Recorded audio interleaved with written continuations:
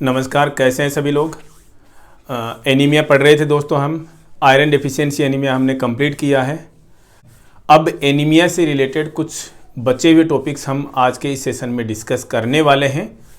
तो चलिए बिना समय गंवाए शुरू करते हैं एनीमिया का बचा हुआ पार्ट। सबसे पहले हम डिस्कस करने वाले हैं vitamin B12 folic acid deficiency anaemia.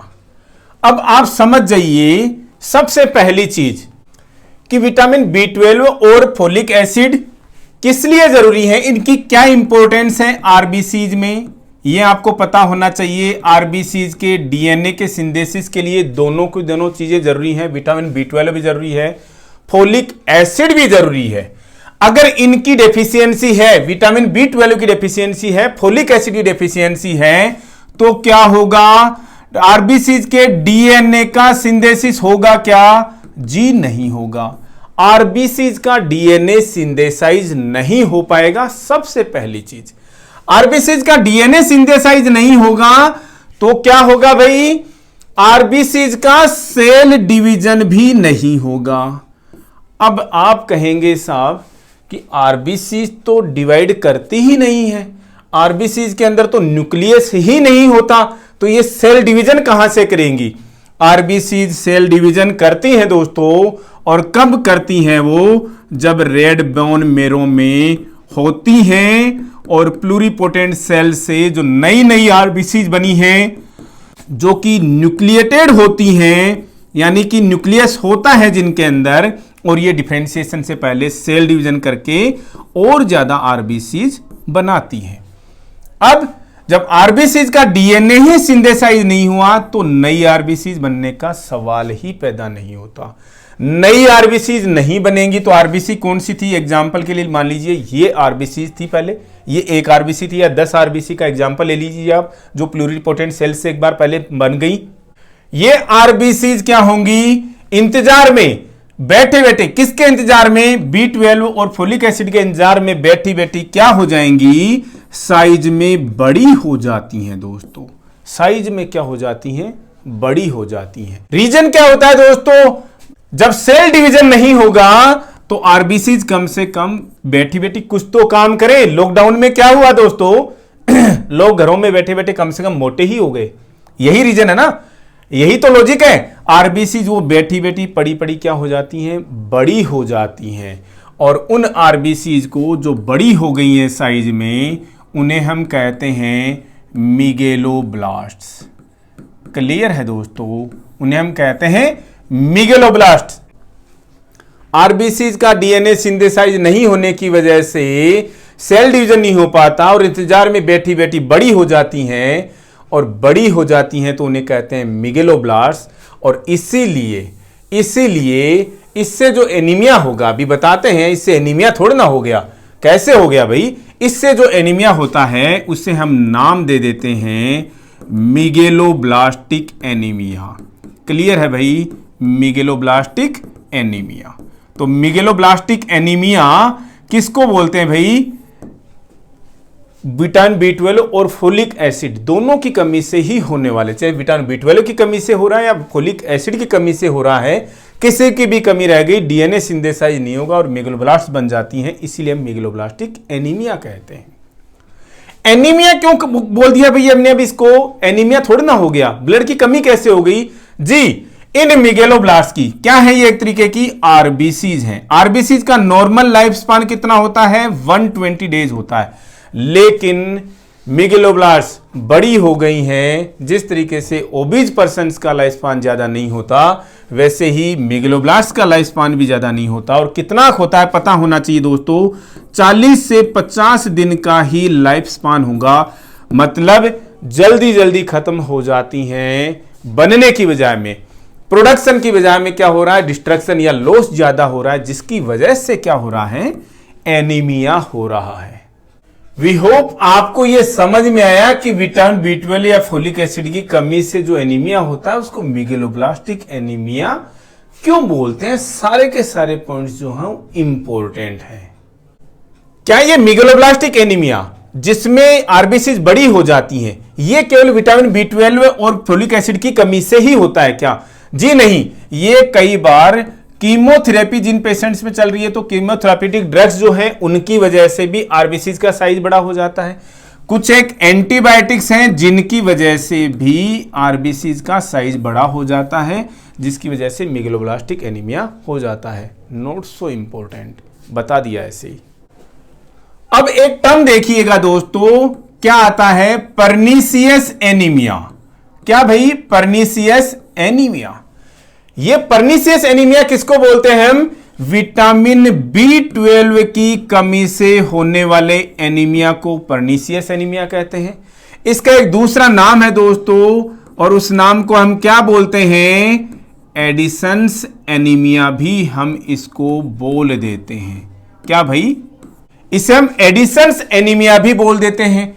Concept वही है जो अभी हमने स्टडी किया, डिस्कस किया कि विटामिन B12 की कमी से क्या हो जाएंगी? आरबीसीज बड़ी हो जाती है, मेगलोब्लास्ट हो जाती है, लाइफ स्पान कम हो जाता है, जल्दी जल्दी मर जाती हैं, इसलिए एनीमिया हो जाता है। और इस एनीमिया को हम बोल देते हैं पर्नीशियस एनीमिया। आपसे कोई पूछ ले पर्नीशियस एनीमिया में या मेगलोब्लास्टिक एनीमिया में जो मेगलोब्लास्ट होती हैं, कौन होती हैं? आरबीसीज होती हैं। इसमें न्यूक्लियस होता है या नहीं होता? जी दोस्तों, इसके अंदर न्यूक्लियस होता है, न्यूक्लिएटेड होती हैं, लेकिन न्यूक्लियस के अंदर डीएनए जो है बहुत इंपॉर्टेंट कंपोनेंट है, जो कि क्या है भाई? एब्सेंट है। क्यों? विटामिन B12 की कमी से नहीं बनाओ तो वो न्यूक्लिएटेड होती हैं, लेकिन न्यूक्लियस जो है वो डेवलप्ड नहीं होता ठीक से। किसमें? पर्नीशियस एनीमिया में या मेगलोब्लास्टिक एनीमिया में। पर्नीशियस एनीमिया किसमें कॉमन होता है दोस्तों? वीमेन। एक तो सबसे बड़ी बात, वीमेन में कॉमन है विटामिन B12 की कमी से, और जिनकी एज जो है 50 साल से ज्यादा है वो ज्यादा प्रोन है, ज्यादा रिस्क पर है किसकी? विटामिन B12 की कमी से होने वाले पर्नीशियस एनीमिया के लिए। क्या पर्नीशियस एनीमिया केवल विटामिन B12 की डायरेक्टली कमी से ही होता है क्या? इनडायरेक्टली भी कुछ हो सकता है। आप विटामिन B12 का इंटेक पूरी तरह से ले रहे हैं जो रिक्वायरमेंट है, लेकिन एक चीज जो इसके एब्जॉर्प्शन के लिए चाहिए, क्या? GIF, गैस्ट्रिक इंट्रिंसिक फैक्टर, इसकी कमी हो गई, यानी या तो ये बन करके डिस्ट्रॉय हो रहा है। कहां बन रहा है भाई? स्टोमक में बन रहा है। कौन बना रहा है? पैराइटल सेल्स बना रही हैं। या तो पैराइटल सेल्स जो हैं वही डिस्ट्रॉय हो गई, या फिर GIF जो है वो डिस्ट्रॉय हो गया, तो क्या होगा? विटामिन B12 का एब्जॉर्प्शन ही नहीं होगा। विटामिन B12 का एब्जॉर्प्शन कहां होता है भाई? याद रखिएगा, टर्मिनल इलियम में होता है। ये इंपॉर्टेंट क्वेश्चंस हैं दोस्तों, DSSP के हिसाब से तो बहुत ज्यादा। टर्मिनल इलियम में विटामिन B12 का एब्जॉर्प्शन नहीं हो पाएगा अगर GIF नहीं है तो डायरेक्टली इनडायरेक्टली भी GIF की कमी से क्या हो जाएगा? पर्नीशियस एनीमिया होगा। किन सिचुएशंस में? कुछ ऑटो इम्यून डिजीजेज में। ऑटो इम्यून डिजीजेज का मतलब क्या हो जाता है दोस्तों? जहां पर भी ऑटो इम्यून डिजीज का मतलब नाम आ जाए, मीनिंग क्या है? बॉडी अपने आप से एंटीबॉडीज बना रही हैं, ऑटो एंटीबॉडीज बन रही हैं, और कुछ ऑटो एंटीबॉडीज जो हैं वो गैस्ट्रिक इंट्रिंसिक फैक्टर को डिस्ट्रॉय कर देती हैं। उसके डिस्ट्रक्शन की वजह से विटामिन B12 का एब्जॉर्प्शन नहीं हो पाएगा। एग्जाम में विटामिन B12 का केमिकल नेम भी पूछा जाता है दोस्तों, तो वो भी आपको याद रखना चाहिए। कोबालामीन। इसके अलावा इसको साइनोकोबालामीन भी बोलते हैं दोस्तों, साइनोकोबालामीन। एक चीज और दिमाग में रखना, ऐसा विटामिन जिसके अंदर क्या पाया जाता है दोस्तों? कोबाल्ट पाया जाता है। उस विटामिन का नाम बताइए दोस्तों, that is vitamin B12। Cobalt जो है वो विटामिन B12 का मेजर कंपोनेंट है दोस्तों। विटामिन B12 के अंदर कोबाल्ट है, इसलिए इसका नाम कोबालामीन है या साइनोकोबालामीन है। क्लियर? विटामिन B12 की कमी से होने वाले पर्नीशियस एनीमिया में ये ऐसे पेशेंट्स किसकी रिस्क पर हैं दोस्तों? सबसे ज्यादा ये पेशेंट्स गैस्ट्रिक कैंसर की सबसे ज्यादा रिस्क पर हैं। क्वेश्चन आता है दोस्तों एग्जाम के अंदर, पर्नीशियस एनीमिया के पेशेंट्स सबसे ज्यादा गैस्ट्रिक कैंसर के रिस्क पर हैं। इसके अलावा भी कुछ है क्या जी? थायराइड डिसफंक्शन हो सकता है। क्या हो सकता है इन पेशेंट्स में? Thyroid dysfunction. याद करना पड़ेगा दोस्तों ऐसी इंपॉर्टेंट चीजें तो आपको।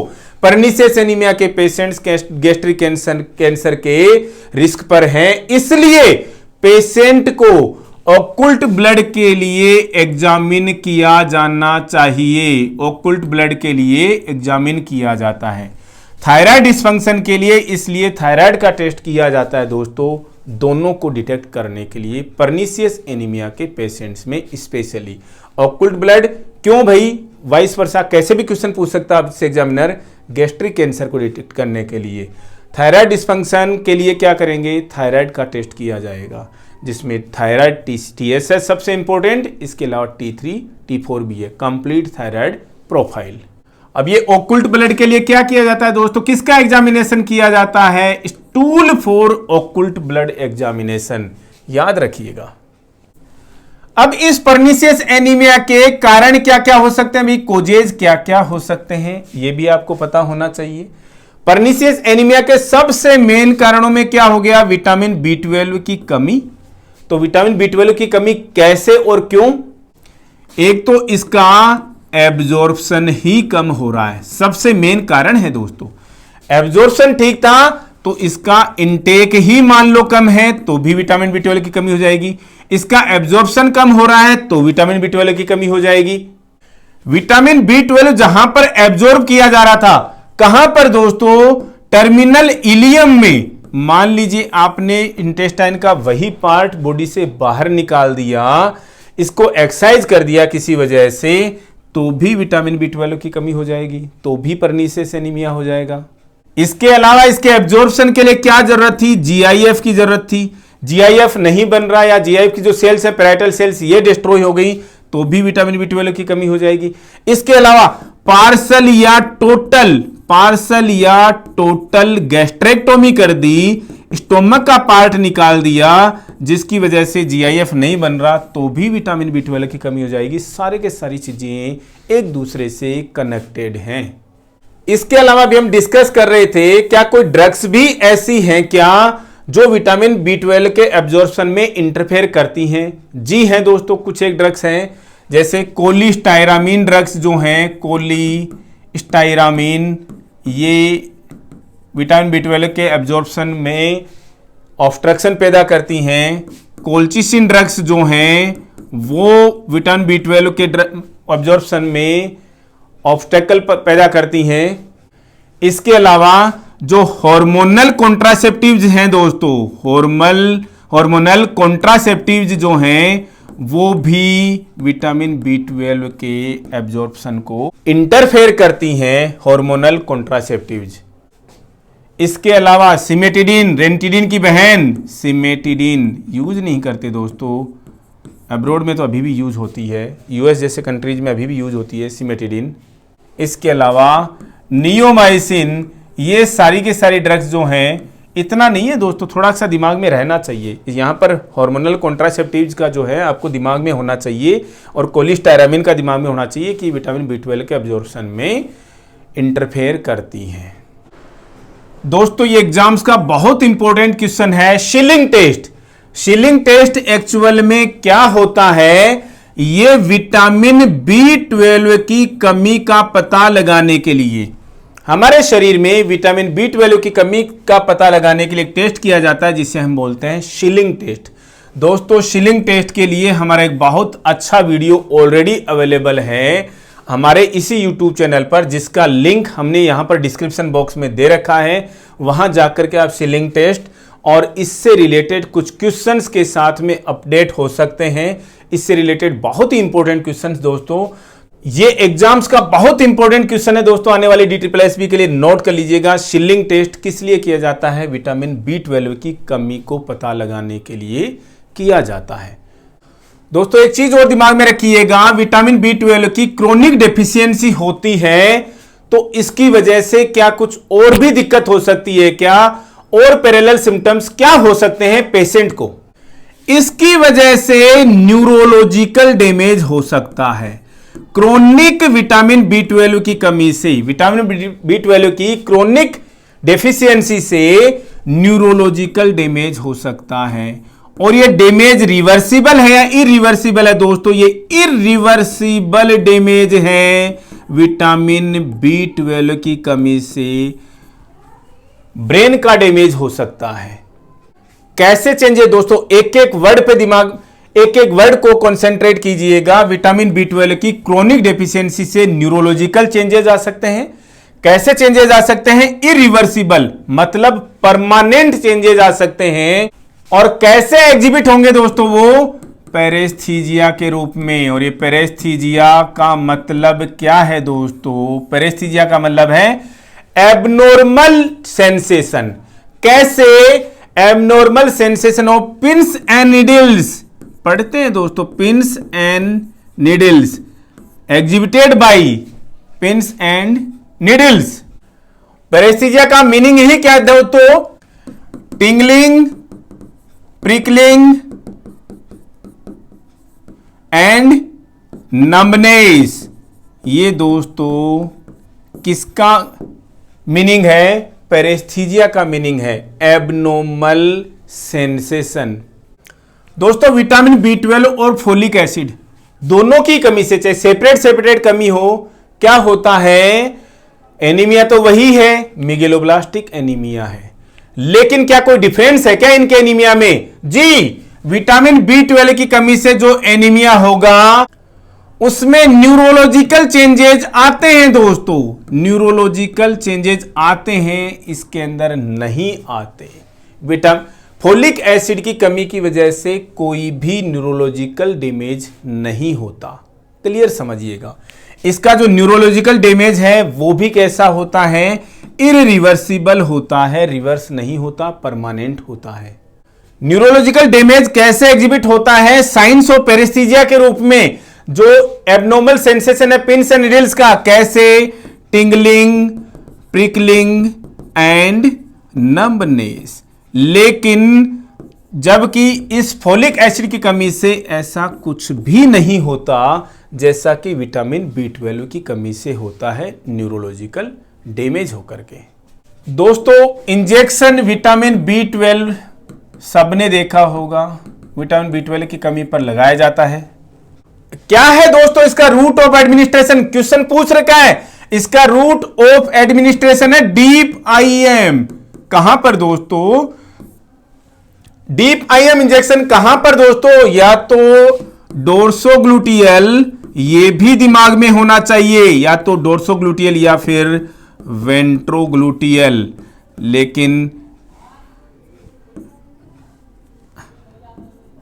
लेकिन क्या होना चाहिए दोस्तों? Deep IM। बहुत इंपॉर्टेंट क्वेश्चन है दोस्तों एग्जाम्स का। दोस्तों हम एनीमिया पढ़ रहे थे, तो एनीमिया किससे रिलेटेड है दोस्तों? आरबीसी से रिलेटेड है। एनीमिया में कौन सी ब्लड सेल्स इन्वॉल्व है? आरबीसीज इन्वॉल्व है। आरबीसीज में हमने 3 चीजें पढ़ ली दोस्तों, एक तो आयरन, दूसरा B12 और तीसरा फोलिक एसिड। आयरन किसके लिए था? HB के लिए था। दोनों किसके लिए थे? आरबीसीज के DNA के लिए थे। अब एक चीज सोचिएगा, हमने ये सारी चीजें तो पढ़ ली जो आरबीसीज के सिंथेसिस के लिए जरूरी है। क्लियर? अब दूसरा एक इमेजिन करके देखिए कि ये आरबीसी जहां बनती हैं, रेड बोन मेरो में जहां पर बनती हैं, अगर यहीं पर कोई डिफेक्ट आ जाए, यहीं पर ही रेड बोन मेरो में कोई फेलियर हो जाए, इस प्रोसेस में ही फेलियर हो जाए, तो क्या होगा? उस एनीमिया को हम क्या बोलेंगे? क्या उस सिचुएशन में एनीमिया होगा? और होगा तो हम उस एनीमिया को क्या बोलेंगे? चलिए डिस्कस करते हैं। तो दोस्तों अगर रेड बोन मेरो ही अपने काम में फेल हो जाए तो उस सिचुएशन में जो एनीमिया होगा उसे हम बोलेंगे एप्लास्टिक एनीमिया। ये प्लास्टिक की बात कहां से आ गई दोस्तों? प्लास्टिक बना है यहां पर प्लेजिया से, और प्लेजिया का मतलब है फंक्शन, और यहां पर किसका फंक्शन? रेड बोन मेरो का फंक्शन। ए का मतलब दोस्तों क्या? एब्सेंट हो गया या फिर कम हो गया, लैक ऑफ, और lack of function of red bone marrow, जिसकी वजह से क्या हुआ? Lack of red bone marrow function, lack of red bone marrow function से तो क्या होगा दोस्तों, केवल आरबीसीज ही कम होंगी। क्या केवल आरबीसीज ही कम होंगी? जी नहीं दोस्तों, रेड बोन मेरो तो तीनों तरीके की सेल्स बनाता है, आरबीसीज भी बनाता है, डब्ल्यूबीसीज भी बनाता है और प्लेटलेट्स भी बनाता है। तो ये आरबीसीज ही कम क्यों होंगी? जी नहीं दोस्तों, आरबीसीज भी कम होंगी, डब्ल्यूबीसीज भी कम होंगी और प्लेटलेट्स भी कम होंगी। और इस कंडीशन को हम क्या बोलते हैं? जब सारी की सारी सेल्स कम होती हैं, सारी की सारी सेल्स का नंबर कम हो जाता है, तो हम इसे बोलते हैं पैनसाइटोपिनिया। पिनिया मीन्स कम होना, lack of, cyto means cells, और यहां पर कौन सी सेल्स हैं दोस्तों? Blood cells. पैन का मतलब सारी की सारी ब्लड सेल्स का ही कम हो जाना क्या कहलाएगा? पैनसाइटोपिनिया। और ये पैनसाइटोपिनिया क्यों है भाई? क्योंकि रेड बोन मेरो ही अपना फंक्शन नहीं कर रहा, there is lack of function of red bone marrow, और इसकी वजह से जो एनीमिया होगा, और भी बहुत सारी चीजें होंगी, लेकिन आरबीसीज कम बन रही हैं तो एनीमिया होगा, और ये एनीमिया को हम बोलते हैं एप्लास्टिक एनीमिया। ये ज्यादा सिग्निफिकेंट होगा। इनकी बजाय में डब्ल्यूबीसीज कम है तो क्या होगा भाई? इम्यूनिटी वीक होगी। क्या होगी? इम्यूनिटी वीक होगी, मतलब टेंडेंसी या फिर रिस्क ऑफ इंफेक्शन ज्यादा बढ़ जाएगा। प्लेटलेट्स कम होंगी तो क्या हो जाएगा? रिस्क ऑफ ब्लीडिंग बढ़ जाएगी, टेंडेंसी ऑफ ब्लीडिंग बढ़ जाएगी। लेकिन इनमें सब में ज्यादा सिग्निफिकेंट कौन है? आरबीसीज का कम होना, जिसकी वजह से एनीमिया सबसे ज्यादा सिग्निफिकेंट है। इसलिए हम इसको बोलते हैं एप्लास्टिक एनीमिया। एप्लास्टिक एनीमिया में तीनों की तीनों सेल्स की नंबर कम हो जाती है, जिसकी वजह से हम इसे बोलते हैं पैनसाइटोपिनिया। सारी की सारी ब्लड सेल्स का नंबर में कम हो जाना। क्यों हो गया भाई रेड बोन मेरो फेल क्यों हो गया? इसकी जो सेल्स हैं, हिमोपोएटिक स्टेम सेल्स हैं, प्लूरिपोटेंट स्टेम सेल्स जो हैं, वो किसी वजह से डिस्ट्रॉय हो गई, तो रेड बोन मेरो अपना काम नहीं कर रहा, जिसकी वजह से एप्लास्टिक एनीमिया होता है। दोस्तों, एप्लास्टिक एनीमिया में आरबीसीज की काउंट्स भी क्या हो गई है? कम हो गई है। दूसरे नंबर पर डब्ल्यूबीसीज की काउंट्स भी क्या हो गई है? कम हो गई है। तीसरे नंबर पर प्लेटलेट्स की काउंट्स भी क्या हो गई हैं? कम हो गई हैं, जिसकी वजह से हम इसे बोलते हैं पैनसाइटोपिनिया। आरबीसीज की नंबर कम हुई तो क्या होगा? तो एनीमिया हुआ। क्या हुआ भाई? एनीमिया। डब्ल्यूबीसीज की कमी हुई तो क्या हो गया भाई? इम्यूनिटी डिक्रीज हो गई। इम्यूनिटी डिक्रीज हो गई। सबसे ज्यादा सिग्निफिकेंट कौन दोस्तों? न्यूट्रोपीनिया की वजह से। न्यूट्रोपीनिया की वजह से क्या है? इंफेक्शंस की टेंडेंसी बढ़ गई है एसोसिएटेड विद न्यूट्रोपीनिया। और प्लेटलेट्स की वजह से, जिसे हम पर्टिकुलरली थ्रोम्बोसाइटोपिनिया भी बोलेंगे, इससे क्या हो गई? ब्लीडिंग की टेंडेंसी क्या हो गई भाई? ज्यादा बढ़ गई। ये चीजें आपको पता होनी चाहिए एप्लास्टिक एनीमिया को लेकर के। कैसे कुछ है क्या दोस्तों इसका इलाज? बोन मेरो ट्रांसप्लांटेशन के अलावा तो कोई इलाज है नहीं दोस्तों इसका। किसका? एप्लास्टिक एनीमिया का। और इम्पोर्टेंट है दोस्तों बोन मेरो ट्रांसप्लांटेशन। क्वेश्चन आ रखा है एग्जाम में, एप्लास्टिक एनीमिया के लिए क्या किया जाता है? बोन मेरो ट्रांसप्लांट किया जाता है। हमने दोस्तों एनीमिया किस किस से रिलेटेड पढ़ लिया? आयरन से रिलेटेड पढ़ लिया, B12 से रिलेटेड पढ़ लिया, फोलिक एसिड से रिलेटेड पढ़ लिया, रेड बोन मेरो जहां पर फैक्ट्री लगी है दोस्तों आरबीसीज के बनने की, वो भी पढ़ लिया। अब एक चीज और रह जाती है दोस्तों एनीमिया से रिलेटेड, और वो क्या रह जाती है? अपना अलग कंपोनेंट हीमोग्लोबिन, जिसके अंदर आयरन भी है और ग्लोबिन प्रोटीन भी है। उस हीमोग्लोबिन का भी कोई डिफेक्ट हो सकता है क्या? जी हो सकता है दोस्तों। और क्या डिफेक्ट हो सकता है? क्या डिफेक्ट हो सकता है दोस्तों? हम बताएंगे और बहुत सरल भाषा में आपको बताने वाले हैं। हीमोग्लोबिन का काम क्या है भाई? ऑक्सीजन को कैरी करना। और ऑक्सीजन को कैरी कैसे करता है ये? ऑक्सी हीमोग्लोबिन बना के। इनका बॉन्ड कैसा है? बहुत ही वीक बॉन्ड है, लूज बॉन्ड है, ताकि ये जरूरत पड़ने पर जहां जिस टिश्यू सेल को जरूरत है ऑक्सीजन वहां पर छोड़ करके आ जाए। दोस्तों ऑक्सीजन को ये कैसे लेकर के जाता है? हीमोग्लोबिन ऑक्सीजन को कंधे पर लाद करके लेके जाता है। ठीक वैसे ही जैसा आपने अनाज मंडियों में किसको देखा है दोस्तों, पलदार होते हैं, वो अनाज की बोरी को अपने कमर पर डाल करके, पीठ पर डाल करके, जो कि अनाज की बोरी को अपनी पीठ पर डाल करके एक जगह से दूसरी जगह पर या तो लोड करना है ट्रक के अंदर या डीलोड करना है, वो इसी तरीके से करते हैं दोस्तों। तो कैसे चल के जाते हैं दोस्तों, अनाज की बोरी ऐसे है और वो ऐसे चल करके जाते हैं। तो वैसे ही मजाक में समझ लीजिएगा, लेकिन इसको सीरियसली भी ले लीजिएगा, हीमोग्लोबिन भी ऑक्सीजन को ठीक ऐसे ही लेकर के जाता है, ऐसे नहीं लेके जाता। लेकिन कोई पूछे तो बता दीजिएगा ऐसे ही हीमोग्लोबिन भी ऑक्सीजन को अपनी पीठ पर लाद करके लेके जाता है। अब लाद करके लेके जाएगा तो कैसा रहेगा दोस्तों, ऐसा झुक करके चलेगा ना, ठीक है। अब पता नहीं वो कैसे चलता है, देखना पड़ेगा उसको कभी अंदर घुस करके। हीमोग्लोबिन ऑक्सीजन को अपनी पीठ पर लाद करके लेके चलता है और जहां पर टिश्यूज में जरूरत थी, जहां पर ऑक्सीजन की कमी थी, वहां पर ले जाकर के इस ऑक्सीजन को क्या कर दिया, ड्रॉप कर दिया, डिलीवर कर दिया। भाई इसको डिलीवर कर दिया, इसका वजन लग रहा था, अब तो सीधे हो जा। भाई पलदार को देखते हो ना, बोरी को गिरा देने के बाद में एकदम सीधा होकर के चल लेता है, ठीक है। अब इस HB के साथ में अगर ये दिक्कत आ जाए, ऑक्सीजन तो छोड़ दी, अब उसको कोई वजन नहीं है, सीधा होकर इसको चलना चाहिए था और वो ऐसे का ऐसे रह गया। इसका मतलब अगर HB ऑक्सीजन को डिलीवर करने के बाद में फिर से अपनी शेप में नहीं आ पाए, फिर से अपनी शेप में नहीं आ पाए, तो ये जहां रहता है उसकी शेप भी बिगाड़ देगा।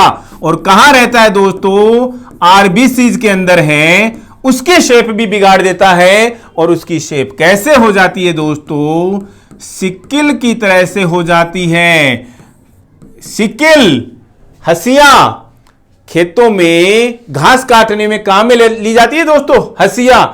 इस सिक्किल शेप की कौन हो जाती है दोस्तों, आरबीसीज। इस वजह से हम इसको क्या बोलते हैं, सिकिल सेल एनीमिया बोलते हैं। अब भाई आरबीसीज सिकिल शेप की हो गई तो आपने उसको एनीमिया क्यों बोल दिया, कारण है दोस्तों, आपने अपनी शेप बदल ली HB की वजह से, HB अपनी शेप में वापस नहीं आ पाया, तो RBCs sickle cell, sickle type की हो गई, सिकिल शेप की हो गई, तो उनका लाइफ स्पान भी गिर जाता है। और लाइफ स्पान दोस्तों हार्डली कितने दिन का रह जाता है, 10 से 20 दिन का रह जाता है।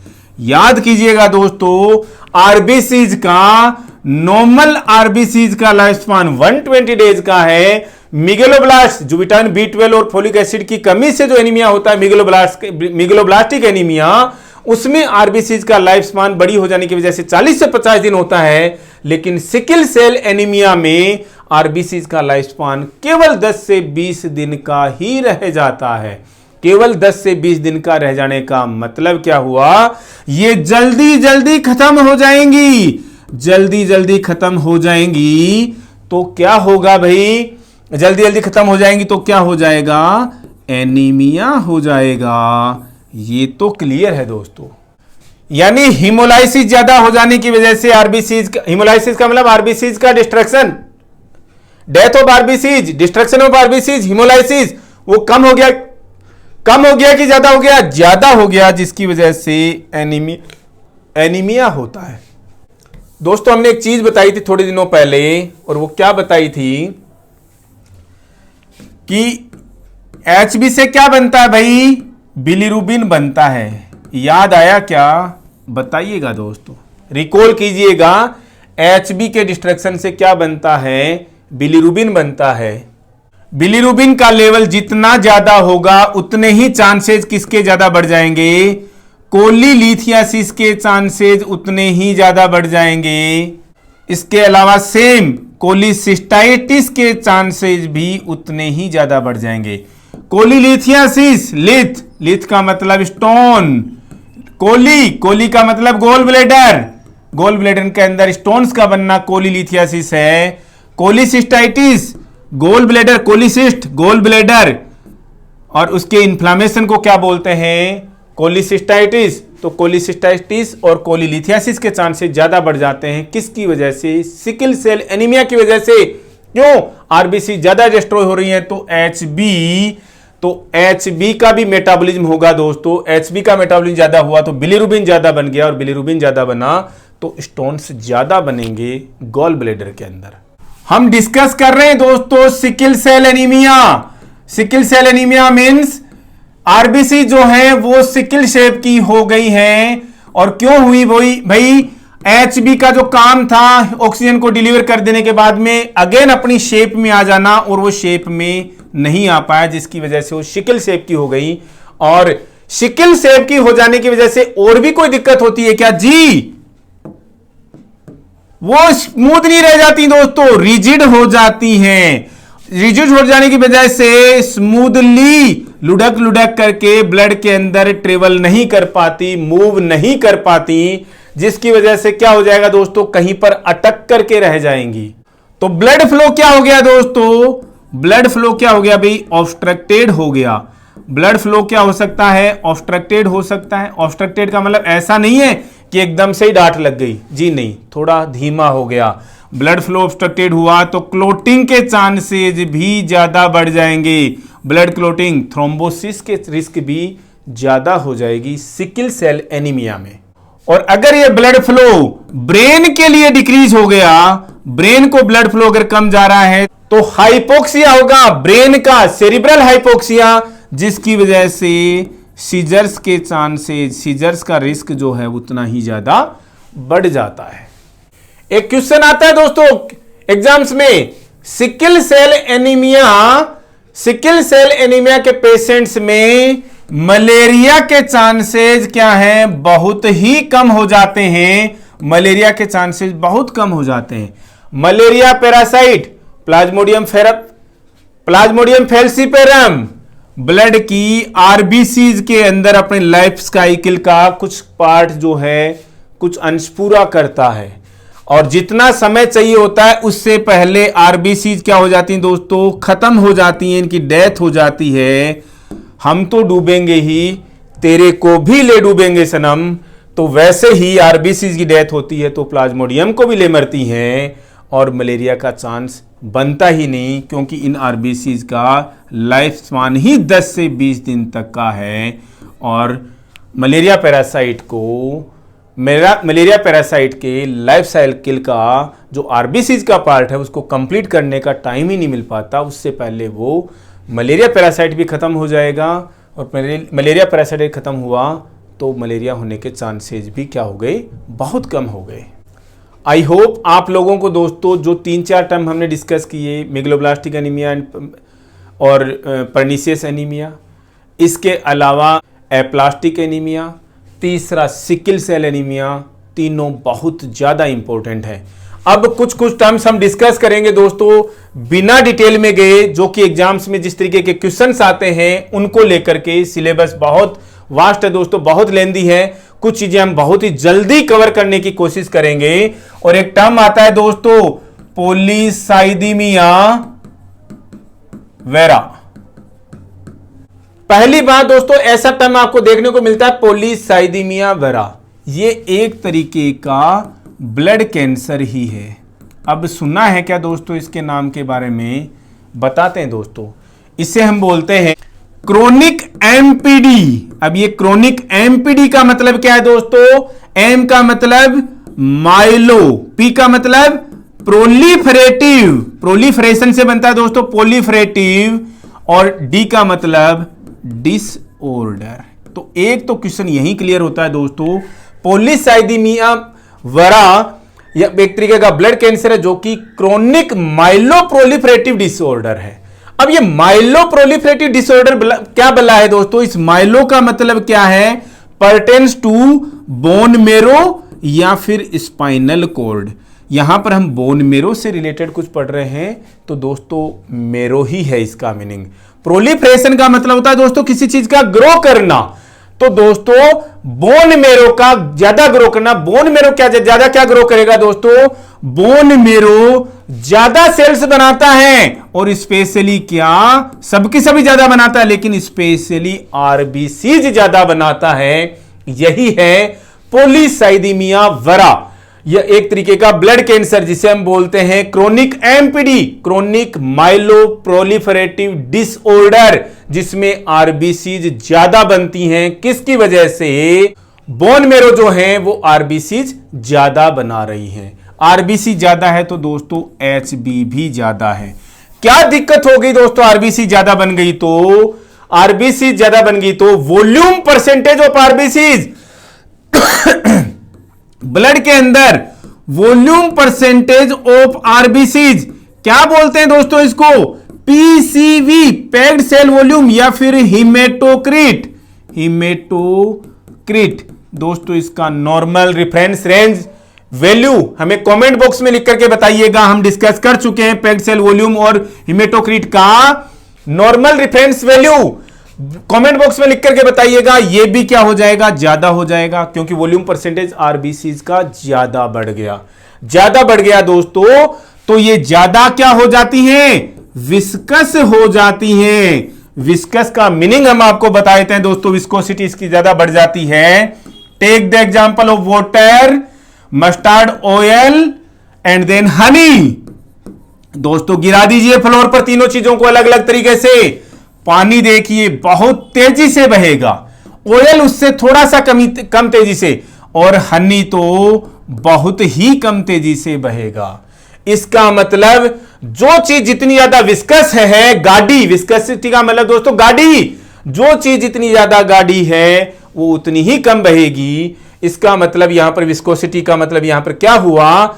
आरबीसीज की नंबर ज्यादा हो जाने से, वॉल्यूम परसेंटेज ज्यादा हो जाने से ब्लड की विस्कोसिटी बढ़ जाती है। आरबीसीज की विस्कोसिटी नहीं दोस्तों, ब्लड की विस्कोसिटी ज्यादा बढ़ जाती है। मतलब ब्लड की विस्कोसिटी ज्यादा बढ़ने वाला, ब्लड गाढ़ा हो गया है, ब्लड धीमे धीमे बहेगा, और धीमे धीमे बहेगा तो मतलब समझ लीजिए थ्रोम्बोसिस का रिस्क जो है वो बहुत ज्यादा बढ़ गया है। एक चीज क्लियर होगी दोस्तों, थ्रोम्बोसिस का रिस्क जो है वो क्या हो जाता है दोस्तों? ज्यादा बढ़ जाता है। किसकी वजह से? आरबीसीज की विस्कोसिटी, आरबीसीज के नंबर ज्यादा होने से ब्लड की विस्कोसिटी ज्यादा बढ़ जाती है। इसलिए अब दोस्तों जितनी ज्यादा आरबीसीज बनती हैं उतनी ही ज्यादा वो डिस्ट्रॉय भी होंगी। डिस्ट्रॉय होने करने के लिए क्या जाती हैं दोस्तों? ये डिस्ट्रॉय कहां होंगी? इन्हें कौन डिस्ट्रॉय करता है? आरबीसीज को। Reticulo endothelial system. कहां पर? स्प्लीन में। स्प्लीन ही क्या है दोस्तों? इनकी ग्रेवयार्ड है। तो स्प्लीन को ज्यादा काम करना पड़ेगा, स्प्लीन का साइज बढ़ जाएगा, तो क्या हो जाएगा? स्प्लेनोमेगेली। क्या हो जाता है दोस्तों? स्प्लेनोमेगेली हो जाता है किसमें? पॉलीसाइथीमिया वरा में। बताया दोस्तों, रिपीट करते हैं। पॉलीसाइथीमिया वरा क्या एक तरीके का ब्लड कैंसर ही समझ लीजिए आप इसको, जिसे हम क्या बोलते हैं? Chronic MPD, myeloproliferative disease. मतलब बोन मेरो जो है ज्यादा काम करता है, एक्स्ट्रा काम करता है और ज्यादा आरबीसीज बना देता है, और सेल्स भी ज्यादा बनाता है, लेकिन सिग्निफिकेंटली आरबीसी ज्यादा बनाता है। आरबीसीज ज्यादा बन गई तो क्या होगा? ब्लड की विस्कोसिटी ज्यादा बढ़ जाएगी। ये क्वेश्चन आता है एग्जाम के अंदर। इसमें से किस डिजीज में ब्लड की विस्कोसिटी जो है वो ज्यादा बढ़ जाती है? पॉलीसाइथीमिया वरा में। क्यों बढ़ जाती है? आरबीसीज का नंबर बढ़ जाने की वजह से। या तो आया नहीं ऑप्शन में, तो क्या लिखोगे? तो क्या लिखोगे दोस्तों? पीसीवी बढ़ गया, हिमेटोक्रिट बढ़ गया, पैक्ड सेल वॉल्यूम बढ़ गया, वॉल्यूम परसेंटेज ऑफ आरबीसीज बढ़ गया। पता होना चाहिए दोस्तों। आज एक थोड़ा सा ल्यूकीमिया के बारे में भी हम पढ़ेंगे, जहां से क्वेश्चंस आते हैं, और बहुत ही बेसिक सा पढ़ेंगे दोस्तों, कुछ भी डिटेल में नहीं। और इसके अलावा कोई क्वेश्चन आपको नजर में, और इसके अलावा अगर कुछ रह भी जाता है तो हम डिस्कस करेंगे दोस्तों क्वेश्चन आंसर सेशन में। ल्यूकीमिया के बारे में आपको कुछ बेसिक चीजें पता होनी चाहिए। ल्यूकीमिया से लेकर के एग्जाम्स के अंदर किस तरीके के क्वेश्चन आता है, ये भी क्या है दोस्तों? कॉमन ब्लड कैंसर यही है दोस्तों। अब आप बोलोगे सर आपने तो अभी अभी पॉलीसाइथीमिया वरा को भी ब्लड कैंसर बोला था, वो कॉमन नहीं है दोस्तों, लेकिन एग्जाम्स में क्वेश्चन कॉमन है। ल्यूकीमिया है ब्लड कैंसर, जो कि एक्चुअल में जिसको हम बोलते हैं ल्यूकीमिया ब्लड कैंसर है। ब्लड कैंसर का मतलब दोस्तों एक्चुअल में ब्लड की मेलिग्नेंसी जो है वही है दोस्तों क्या? ल्यूकीमिया। ल्यूकीमिया की तरफ देखिए दोस्तों, LEUK कहां से निकल के आया दोस्तों? ल्यूकोसाइट्स से निकल करके आया है। ल्यूकोसाइट्स का मतलब दोस्तों WBC से निकल करके आया है। पहले वाला क्या था? पॉलीसाइथीमिया वरा। पॉलीसाइथीमिया वेरास में आरबीसी का नंबर ज्यादा होता है, सबका होता है, होने को सबका होता है दोस्तों, सिग्निफिकेंटली केवल आरबीसी, सिग्निफिकेंटली आरबीसी का नंबर ज्यादा होता है, लेकिन ल्यूकीमिया में डब्ल्यूबीसीज का नंबर बढ़ जाएगा। ल्यूकीमिया के अंदर दोस्तों हम केवल डब्ल्यूबीसीज को पढ़ेंगे। सबसे पहली चीज बेसिक चीजें पढ़ेंगे दोस्तों 4 पॉइंट्स के अंदर। सबसे पहला पॉइंट दोस्तों, डब्ल्यूबीसीज का प्रोलिफरेशन ज्यादा होता है, डब्ल्यूबीसीज का नंबर ज्यादा बढ़ जाता है। डब्ल्यूबीसीज का नंबर ज्यादा बढ़ता है तो दोस्तों ये क्या बनती है, जल्दी बनती है दोस्तों, जल्दी का काम शैतान का। इसका मतलब जैसी बननी चाहिए थी वैसी नहीं बनेंगी, तो ये अंडर डेवलप्ड रह जाती हैं दोस्तों। क्या रह जाती हैं, अंडर डेवलप्ड, जैसी बननी चाहिए थी वैसी नहीं बनी। कौन, डब्ल्यूबीसीज। क्यों, ज्यादा बन गई, जल्दी बन गई, इसलिए अंडर डेवलप्ड रह जाती हैं। और इन अंडर डेवलप्ड डब्ल्यूबीसीज को ही हम दोस्तों क्या कहते हैं, ल्यूकीमिक सेल्स बोलते हैं। क्या बोलते हैं दोस्तों, ल्यूकीमिया वाली सेल्स कौन सी हैं, जो कैंसर सेल्स हैं ब्लड कैंसर की या ब्लड की मैलिग्नेंसी की, वो कौन है, ये डब्ल्यूबीसी जो कि अंडर डेवलप्ड रह गई हैं वही है। पॉलीसाइथीमिया वेरा में दोस्तों हमने क्या पढ़ा, आरबीसीज का नंबर ज्यादा है, तो साथ में दोस्तों डब्ल्यूबीसीज का नंबर भी ज्यादा था, प्लेटलेट्स का नंबर भी ज्यादा था, लेकिन इतना सिग्निफिकेंट नहीं था, आरबीसीज का नंबर ज्यादा सिग्निफिकेंट था। अब दोस्तों डब्ल्यूबीसीज क्या कहती हैं, अंडर डेवलप्ड डब्ल्यूबीसीज क्या कहती हैं, ज्यादा हो जाती हैं। अब तो बोलती हैं ब्लड के अंदर हम ही रहेंगी का मतलब ये आरबीसीज और डब्ल्यूबीसीज को क्या कर देती हैं, आरबीसीज और प्लेटलेट्स को क्या कर देती हैं दोस्तों, धक्का मार देती हैं। क्या कहती हैं, भैया यहां से बाहर निकलिए, पुश आउट करती हैं, उन्हें क्राउड आउट कर देती हैं। तो मतलब आरबीसीज का नंबर कम हो जाता है, प्लेटलेट्स का नंबर कम हो जाता है।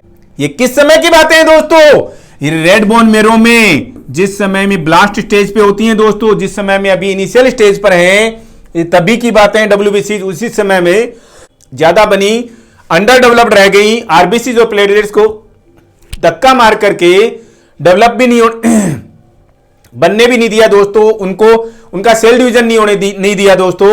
इस तरीके से आरबीसी की कमी से पेशेंट में एनीमिया होगा। किसमें, ल्यूकीमिया के पेशेंट्स में। डब्ल्यूबीसीज की वजह से क्या होगा दोस्तों, इम्यूनिटी क्या हो जाएगी, बढ़ जाएगी कि कम हो जाएगी दोस्तों, इम्यूनिटी भी कम हो जाएगी। आप बोलोगे साहब इतनी डब्ल्यूबीसीज के बावजूद इम्यूनिटी कम हो रही है दोस्तों, जी हो रही है, क्योंकि कोई काम की नहीं है, अंडर डेवलप्ड है दोस्तों। थ्रोम्बोसाइटोपिनिया की वजह से पेशेंट की ब्लीडिंग की टेंडेंसी ज्यादा होती है, इतनी सिग्निफिकेंट नहीं है। लेकिन आपसे कोई पूछे ल्यूकीमिया का कारण दोस्तों, ल्यूकीमिया का कारण सबसे मेन इंपॉर्टेंट रेडिएशंस, इसके अलावा केमिकल्स, ये ल्यूकीमिया के कारण हो सकते हैं दोस्तों। लेकिन ल्यूकीमिया का दोस्तों एक क्लासिफिकेशन है छोटा सा, एक्यूट और क्रोनिक में, वहां से छोटा सा कोई क्वेश्चन आ जाता है कई बार एग्जाम्स, और उस क्वेश्चन को क्लियर करने के लिए दोस्तों हम थोड़ा सा डिस्कस करेंगे ल्यूकीमिया के 2 टाइप्स, एक्यूट एंड क्रोनिक। अब ये ल्यूकीमिया के टाइप हमने कैसे बनाए दोस्तों, सबसे पहली चीज कि भाई कौन सी सेल, किस टाइप की सेल जो है वो इन्वॉल्व्ड है ल्यूकीमिया में, उसके हिसाब से हमने ल्यूकीमिया का टाइप बनाया एक।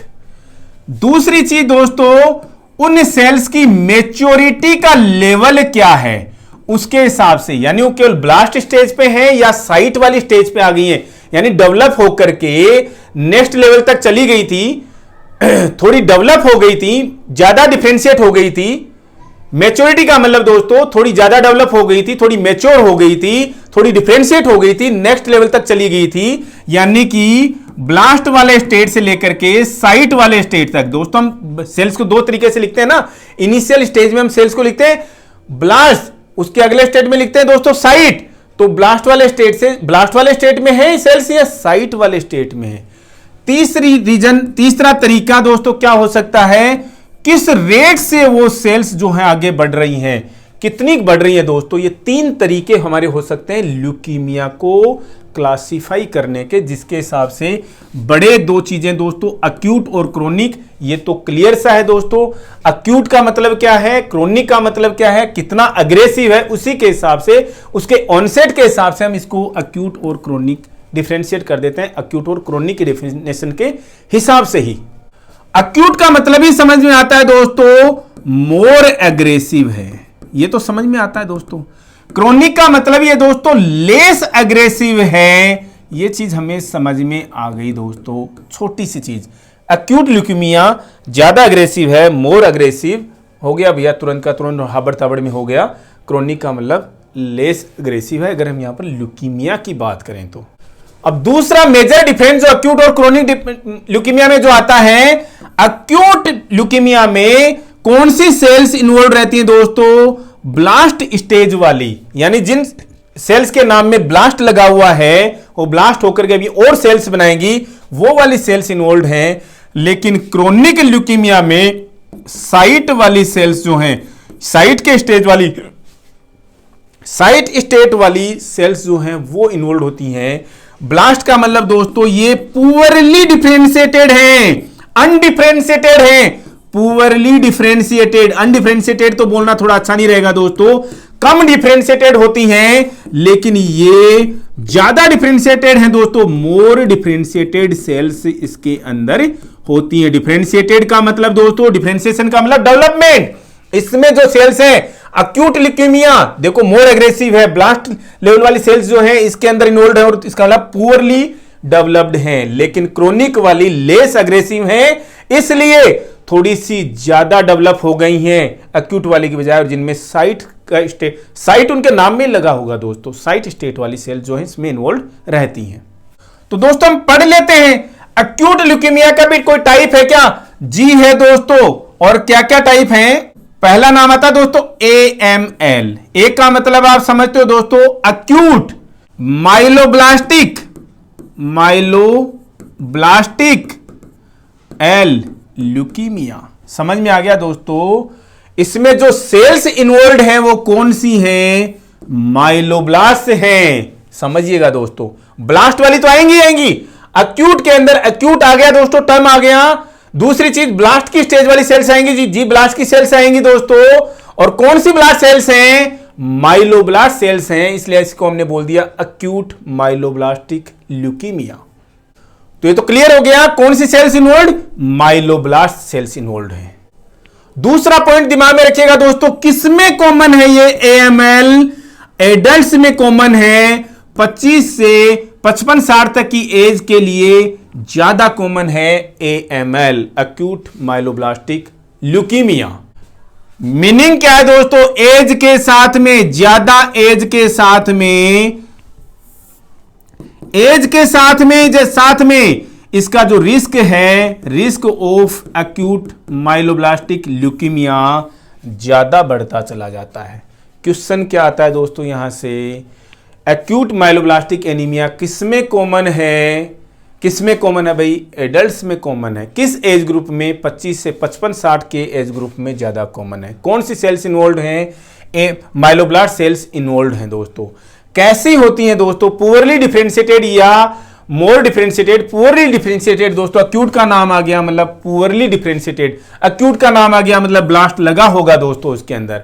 ठीक है, क्लियर। दूसरा तरीका होता है दोस्तों ALL। ए का मतलब एक्यूट लिम्फोब्लास्टिक, एल का मतलब दोस्तों लिम्फोसाइटिक नहीं, लिम्फोब्लास्टिक। क्यों? क्योंकि हम एक्यूट पढ़ रहे हैं, एक्यूट लिम्फोब्लास्टिक ल्यूकीमिया। मतलब सामने वापस दोस्तों बार बार रिपीट करके बता देते हैं, एक्यूट का मतलब मोर एग्रेसिव है, ब्लास्ट सेल्स हैं, पुअरली डिफरेंशिएटेड हैं। और कौन सी सेल्स हैं दोस्तों? ये लिम्फोब्लास्ट हैं। और लिम्फोसाइट्स में भी कौन सी सेल्स दोस्तों? B lymphocytes. अब आप बोलोगे साहब आपने यहां पर तो अभी ब्लास्ट की बात करे थे, अभी साइट्स लगा दिया दोस्तों। तो दोस्तों बी लिम्फोसाइट्स कौन सी? प्रिमिटिव स्टेट वाली, पहली वाली, यानी अब इनको बी लिम्फोब्लास्ट नहीं बोलेंगे दोस्तों, प्रिमिटिव बी लिम्फोसाइट्स हमने बोल दिया। प्रिमिटिव बी लिम्फोसाइट्स इन्वॉल्व रहती हैं किसके अंदर? ALL में, एक्यूट लिम्फोसाइटिक लिम्फोब्लास्टिक ल्यूकीमिया के अंदर। लेकिन दोस्तों यहां से जो क्वेश्चन आता है इंपॉर्टेंट, ये सबसे ज्यादा किसमें कॉमन है? मोस्ट कॉमन इन, ये चिल्ड्रन में सबसे ज्यादा कॉमन है दोस्तों। यहीं से क्वेश्चन आता है बच्चों में ल्यूकीमिया का कौन सा टाइप सबसे ज्यादा कॉमन है? ALL, acute lymphoblastic leukaemia, acute lymphoblastic, acute का नाम आते समझ लेना दोस्तों, लिम्फोसाइटिक नहीं, लिम्फोब्लास्टिक ल्यूकीमिया जो है वो बच्चों में ज्यादा कॉमन है। और प्रोग्नोसिस की बात करें तो जो अभी हमने पढ़ा था AML, एक्यूट माइलोब्लास्टिक ल्यूकीमिया, इसकी बजाय में इसका प्रोग्नोसिस बहुत ही ज्यादा बेहतर है दोस्तों, 70% प्रोग्नोसिस है इसका, ठीक है। लेकिन AML का प्रोग्नोसिस बहुत ज्यादा पुअर है।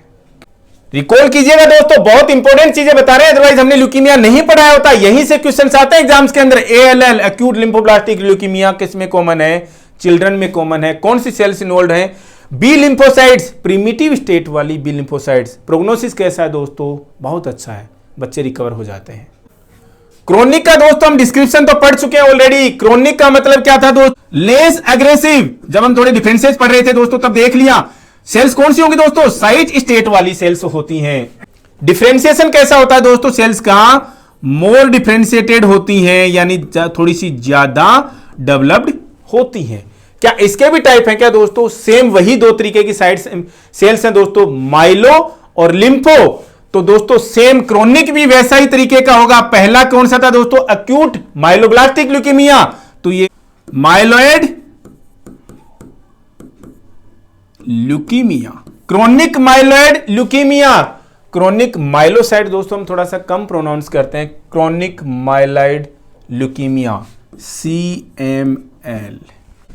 ये दोस्तों जो हमने एक्यूट माइलोब्लास्टिक ल्यूकीमिया जिस तरीके से पढ़ा था दोस्तों, बहुत ज्यादा एग्रेसिव होता है, उसी तरीके से ये भी बाय द टाइम उसी की तरह से एग्रेसिव हो जाता है और क्या हो जाता है? फैटल हो जाता है। एग्जाम्स पॉइंट ऑफ व्यू से इतना ज्यादा इंपॉर्टेंट नहीं है। दूसरा तरीका क्या है दोस्तों?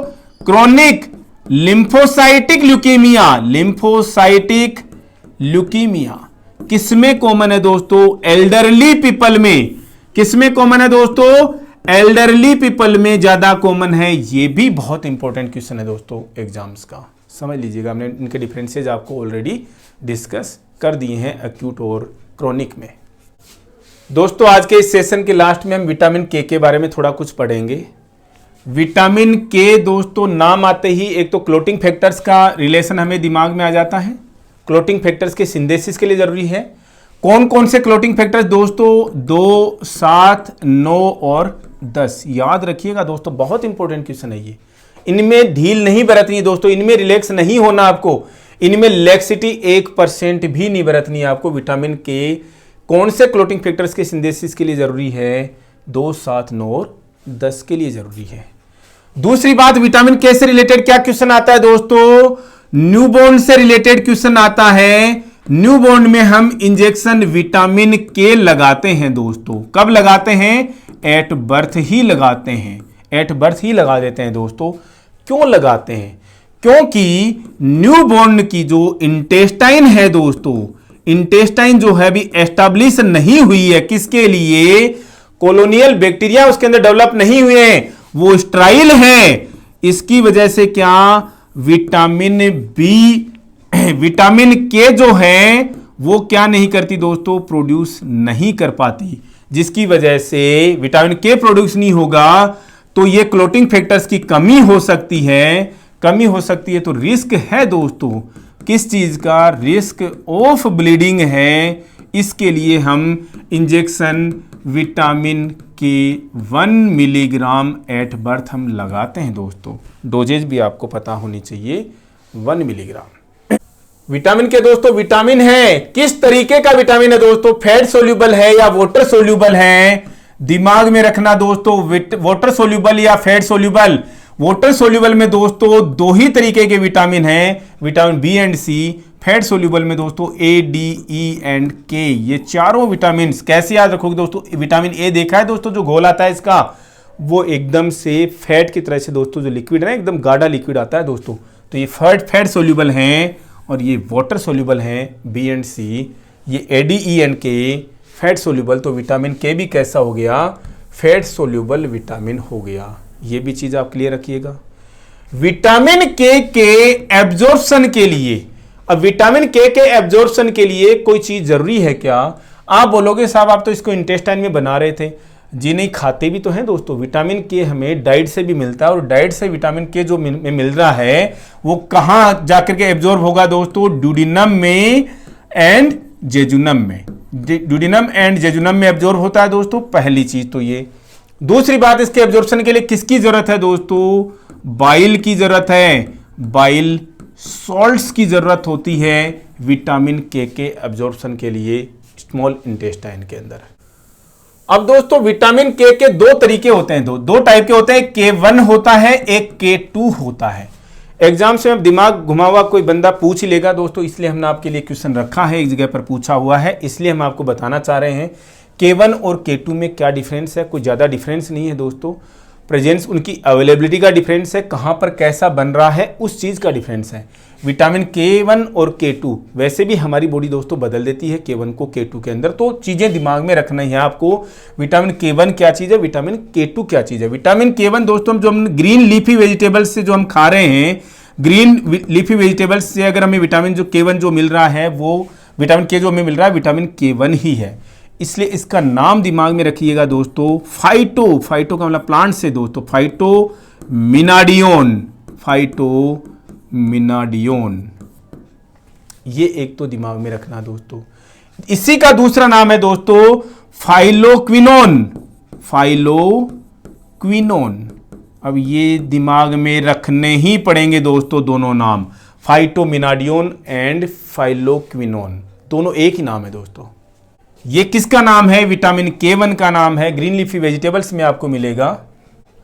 तो K2 का नाम क्या है दोस्तों? केमिकल नाम क्या है? मिनाक्विनोन, मिनाक्विनोन। जो भी फर्मेंटेड डेयरी प्रोडक्ट्स हैं दोस्तों, फर्मेंटेड डेयरी प्रोडक्ट्स हैं उनमें विटामिन K2 ही है। और विटामिन K2 जो हमारी आंत के अंदर बन रहा है दोस्तों, लार्ज इंटेस्टाइन के अंदर जो विटामिन बन रहा है बैक्टीरियल कॉलोनी के द्वारा भी, वो भी विटामिन K2 ही है। याद रखिएगा, बहुत इंपॉर्टेंट चीज बताइए दोस्तों। किसी में विटामिन के की कमी का नाम सुना है क्या दोस्तों? नहीं दोस्तों, नहीं सुनते, बहुत रेयर है दोस्तों। क्यों?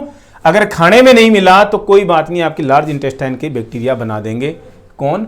विटामिन के। लेकिन बच्चे में क्या? बच्चे ने तो अभी कुछ खाना पीना शुरू ही नहीं किया, इसलिए उसके अंदर लार्ज इंटेस्टाइन में कोई बैक्टीरिया ही नहीं है, वो स्ट्राइल है, अभी तक एस्टेब्लिश नहीं हुई है विटामिन के बनाने के लिए, इसलिए उसमें कमी हो सकती है। इसलिए हम उसको विटामिन के एट बर्थ इंजेक्ट करते हैं, एडमिनिस्टर करते हैं दोस्तों।